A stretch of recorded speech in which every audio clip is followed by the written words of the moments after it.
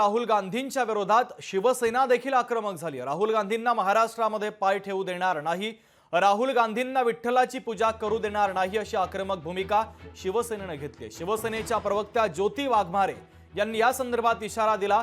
राहुल गांधींवर हिंदूंचा अपमान केल्याचा आरोप केला जातोय आणि याचमुळे आता शिवसेना देखील भाजपच्या पाठोपाठ आक्रमक झालेली आहे।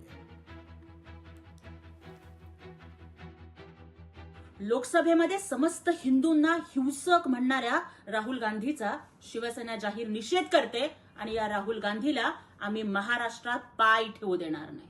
अरे एका बाजूला जाहीरपणानं हिंदू धर्माचा अपमान करायचा आणि आपल्या मोहब्बत की दुकान घेऊन जर राहुल गांधी पंढरपुरात येणार असतील तर पंढरीच्या पांडुरंगाची पूजा आम्ही राहुल गांधीला अजिबात करू देणार नाही। आमचे प्राण पणाला लावू पण राहुल गांधीला विरोध करू।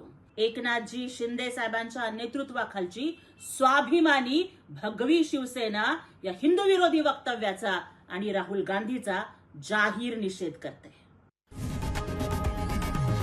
लोकशाही मराठी ऐका, पहा, जागरूक रहा।